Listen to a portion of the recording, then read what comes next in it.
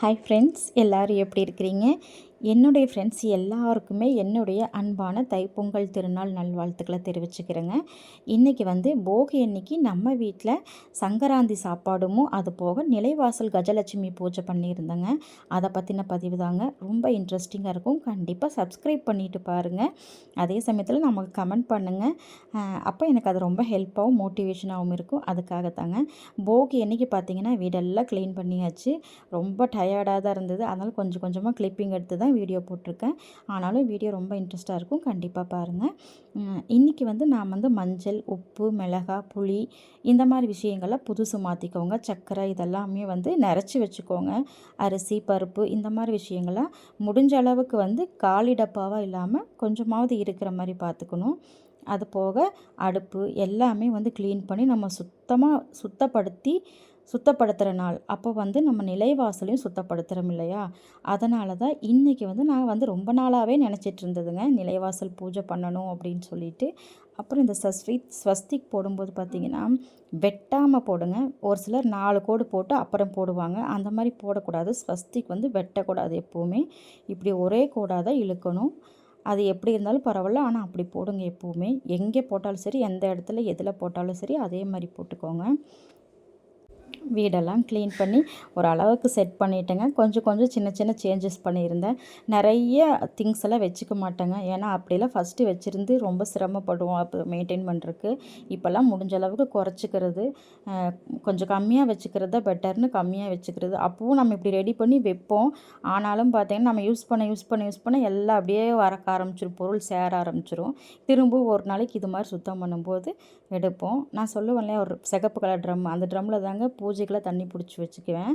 First ஒரு வீடியோவில் சொல்லியிருப்பேன். தனியாக ஒரு குட்டி ட்ரம்மில் பிடிச்சி வச்சுக்குவேன்னு. சாமிக்கு வைக்கிறதுக்கு, நம்ம வேறு ஏதாவது தண்ணி ஊற்றுறதுக்கு இதுக்கெல்லாம் நான் அதில் தான் வச்சுக்குவேன்.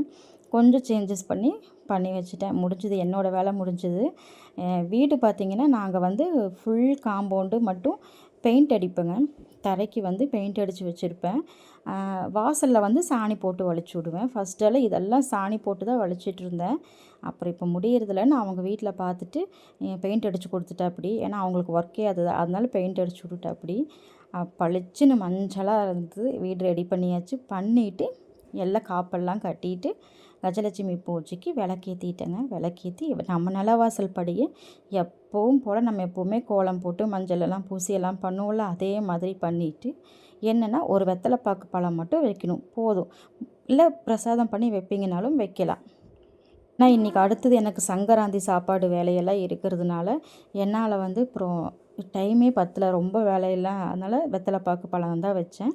வச்சுட்டு சாம்பிராணி, கற்பூரம், பூ வச்சு கஜலட்சுமி பாட்டு, ஸ்தோத்திரம் ஏதாவது ஒன்று போட்டு ஆன் பண்ணி விட்டுட்டு நான் எப்பவும் போல் என்னோடய பூஜைகளை ஒரு 10 நிமிஷம் பூஜை பண்ணினேங்க. கொஞ்சம் உதிரி பூ வச்சு நான் அந்த சென்டர் நிலப்படியில் எப்போவுமே மகாலட்சுமி பாதம் போடுவேங்க. அதே மாதிரி இன்றைக்கும் போட்டிருந்தேன். அது என்னமோ எனக்கு அந்த இடத்துல நாமம் போட்டு மகாலட்சுமி பாதம் போட்டு வச்சே பழக்கமாயிடுச்சு. அந்த இடத்துல வேறு என்ன கோலம் போட்டாலும் அது அந்த இடத்துல அது மட்டும்தான் வச்சுக்குவேன். அந்த மாதிரி இன்றைக்கி ஏன் நிலவாசல் பூஜை, அதுவும் கஜலட்சுமின்னு ஏன் சொல்கிறேன்னா, நான் ஒரு ஐயர்கிட்டயே கேட்டுட்டேங்க. ஏன்னா நம்ம யூடியூப் பார்த்து ஏதோ தெரியாமலாம் பண்ணிடக்கூடாதுல்ல, எப்படி பண்ணுறதுன்னு கேட்டப்போ, மகாலட்சுமி பூஜை நம்ம வீட்டுக்கு உள்ளே தான் பண்ணணும் எப்போவுமே. நம்ம காசு கொட்டுற மாதிரி, இந்த பானையிலேருந்து காசு வர மாதிரி வச்சுருப்போம்ல மகாலட்சுமி படம், அது வீட்டுக்குள்ளார தாங்க அந்த அம்மன் வச்சு நம்ம பண்ணணும். வெளியே நம்ம கதவில் நிலப்படியில் பார்த்தீங்கன்னா கஜலட்சுமி, அவங்க 2 கையில் தாமரையும் 2 பக்கமும் யானை மட்டும்தான் இருக்கும். காசு கொட்டுற மாதிரிலாம் இருக்காது. அந்த அம்மன் நிலைவாசலில் வச்சுருப்போம்.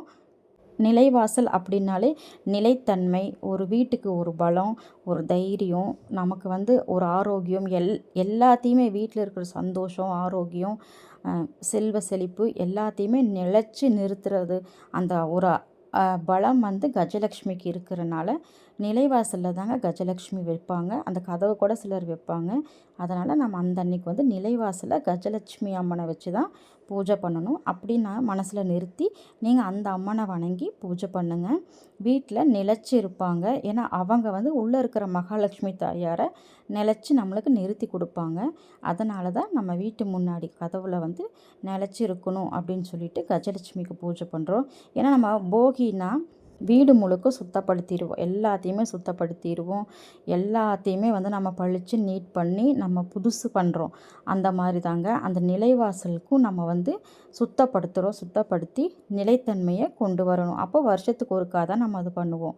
அதே சமயத்தில் இந்த மாதிரி நிலைவாசல் பூஜையில் வெள்ளிக்கிழமைகளில் பண்ணுவாங்க. எந்த வெள்ளிக்கிழமை வேணாலும் பண்ணுவாங்க.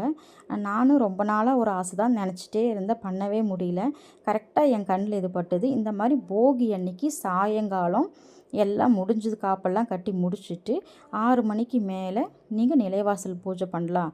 வருஷம் முழுக்க விட்டவங்க கூட இந்த போகி அன்னைக்கு பண்ணினீங்கன்னா ஃபஸ்ட்டு நம்ம நிலைவாசலை புதுப்பிச்சுட்டு நம்மளுடைய வருஷத்தை தொடங்குற மாதிரி இருக்கும் அப்படின்னு சொல்லிட்டு எனக்கு ஒருத்தவங்க சொன்னாங்க. சரின்னு சொல்லி நானும் அதே மாதிரி ஃபாலோ பண்ணிட்டேன். அன்றைக்கி பண்ண முடியாதவங்க கூட இன்றைக்கி தை 1 இன்றைக்கும் பண்ணலாம். அதுவும் நல்லது தான். தை 1ங்கும்போது புது வருஷம் பிறக்குது இல்லையா, அன்னைக்கும் பண்ணலாம். அப்புறம் சங்கராந்தி சாப்பாடு செய்யலான்னு சொல்லிட்டு அதுக்கு வந்துட்டேன். அதுக்கு பார்த்திங்கன்னா 7 காய் வச்சுருந்தேங்க. அதுக்கு கொஞ்சம் வெங்காயம் ஃப்ரை ஆனது காய போட்டுருவேன். ஒவ்வொருத்தரும் ஒவ்வொரு மெத்தடில் வைப்பாங்க. நான் இப்படி தான் வைப்பேன். அது இருக்கிற காயெல்லாம் போட்டு நல்லா அதை வந்து சுருண்ட அந்த கொஞ்சம் நேரம் ஆயில்லையே ஃப்ரை பண்ணுவேன்.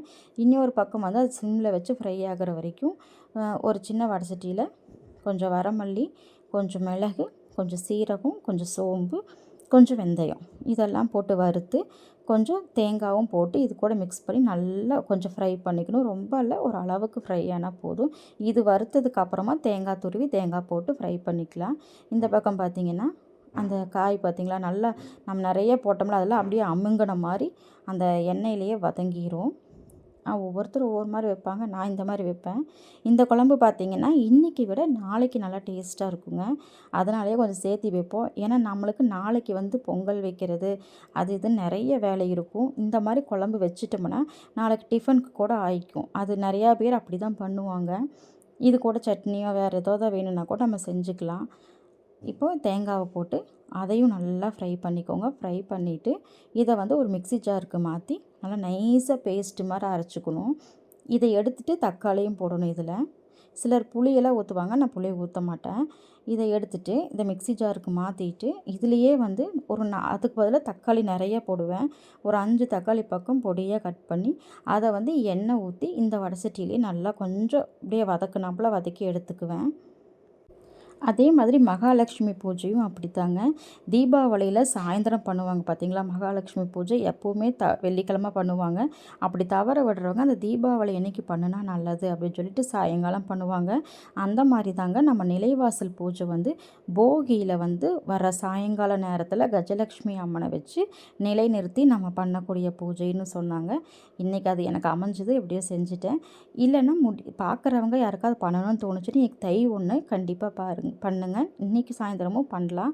இப்போ நம்ம அந்த அரைச்ச தக்காளி தேங்காயெல்லாம் இருக்குது இல்லைங்களா, அதுலேயே வந்து மஞ்சத்தூள், மிளகாத்தூள், மல்லித்தூள் வேண்டாம் ஏன்னா நம்ம மல்லி வச்சு அரைச்சிருக்கிறோம். அதில் கொஞ்சம் சாம்பார் தூள் இதெல்லாம் போட்டு நல்லா நைஸாக அரைச்சிட்டு அந்த காயில் வந்து இந்த அரைச்ச விழுதையும் ஊற்றி அந்த காய் இந்த விழுது இதெல்லாம் வந்து நல்லா பேஸ்ட் ஆகிற மாதிரி நல்லா வதக்கிக்கோங்க. அதுக்கப்புறம் தண்ணி விட்டு எவ்வளவு தண்ணி கொஞ்சம் தாராளமாகவே விட்டு உப்பு போட்டு நான் எப்பவும் சொல்கிற மாதிரி தாங்க 20 நிமிஷம்.